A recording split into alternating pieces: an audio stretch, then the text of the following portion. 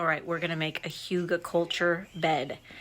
This is a way of planting that after a solid year's worth of watering very frequently and very deeply, you in the future do not have to water. This is an optimal solution for areas that are drought ridden and or having hard access to water.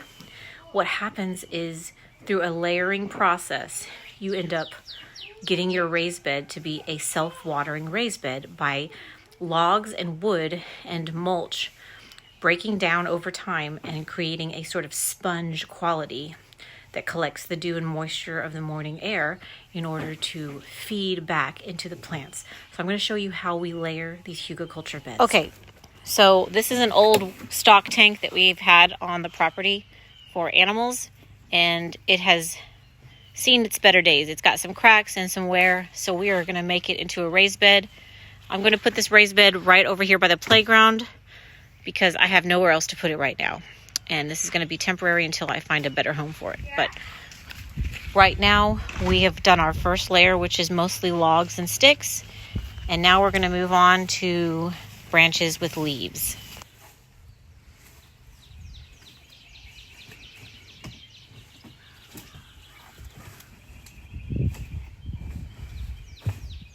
Okay, we have branches and leaves, and next is plant waste.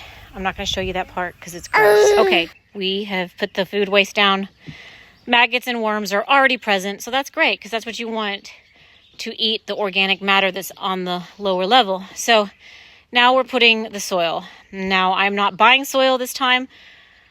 It's a labor of love. I'm going out into the back of the pasture where the cows have pooped a lot, and I have some barren spots under some trees where there is piles of nice organic composted manure filled broken down soil, and I'm getting it by the wagon full. So this is a lot of physical labor and work because I can only fill this so much before it becomes too burdensome to carry back all the way from the back pasture to the front. But inevitably we have one wagon full of dirt over our food waste and over our leaves and over our logs.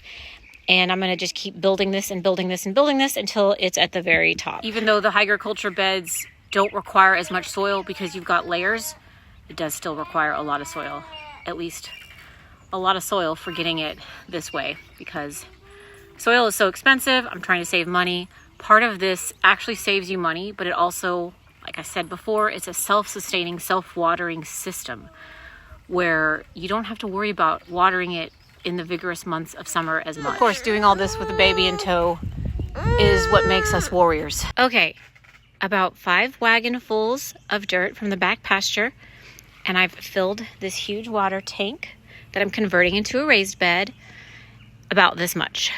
So I still have a little bit. I'm going to put some topsoil on, and then I'm going to put a layer of mulch, and then we can put our plants in. I got a cranky baby because it's hot out here, and I'm gonna, even though this is a linen Artipop sling, it is very, very hot, and we are very, very tired.